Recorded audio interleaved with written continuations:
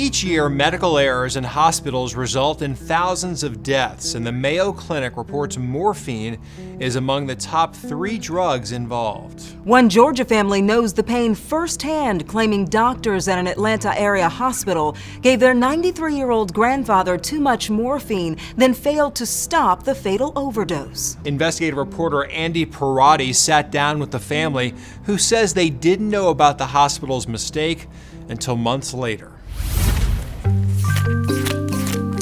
A notepad full of reminders. Steve Lowe came over today to visit me because... From Paul Lowe, a husband who loved his family. How you doing? I'm good. And to be in the know. There are a couple of trailing showers moving through. TV was on 24/7, and whatever was on the news or on TV, he put his little notes in there. There was a shark attack in Hawaii. 5 men in Germany were convicted of a jewelry heist. One of the last notes I have, and I'm putting this in writing, not to buy any more ice cream.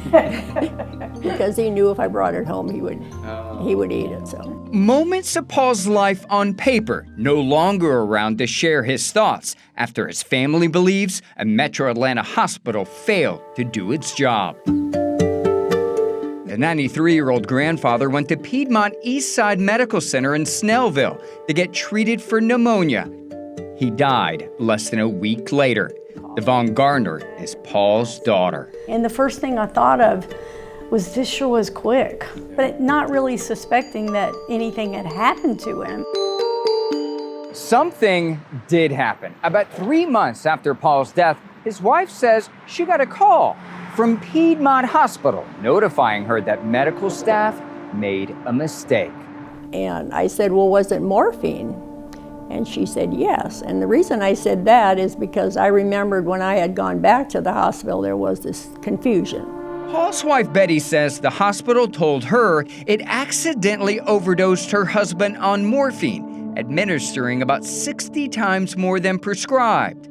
Natalie Woodward is the family's attorney. So this is a problem with a major problem because it is not just 1 or 2 milligrams more, it's 60. This was a lethal dose of morphine. But that's not the end of the story. After the family met with Piedmont Hospital, they took a look at Paul's medical records themselves. And here's what they found, according to the family's lawsuit against the hospital.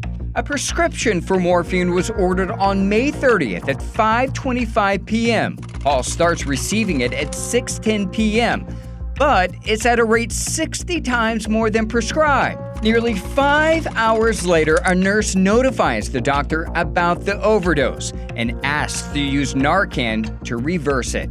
The doctor declines. Paul is pronounced dead at 3:45 the next morning. Dessert can make you happy. The family's attorney believes Paul's age played a role in the hospital's alleged inaction. It is incumbent upon them to take these situations seriously, regardless if it's somebody who's 3 or 93. A grandfather who preserved his memories through his pen, and a family who feels they were robbed of their own memory. A chance to say goodbye. Yeah, I feel like no one has the right to take somebody else's life. A doctor who reviewed Paul's medical records as part of the lawsuit claims Paul never should have received morphine due to his history of kidney disease. The lawsuit against Piedmont was eventually dropped after reaching an agreement. If you suspect a medication error has happened, you can report it to the Food and Drug Administration at fda.gov/medwatch.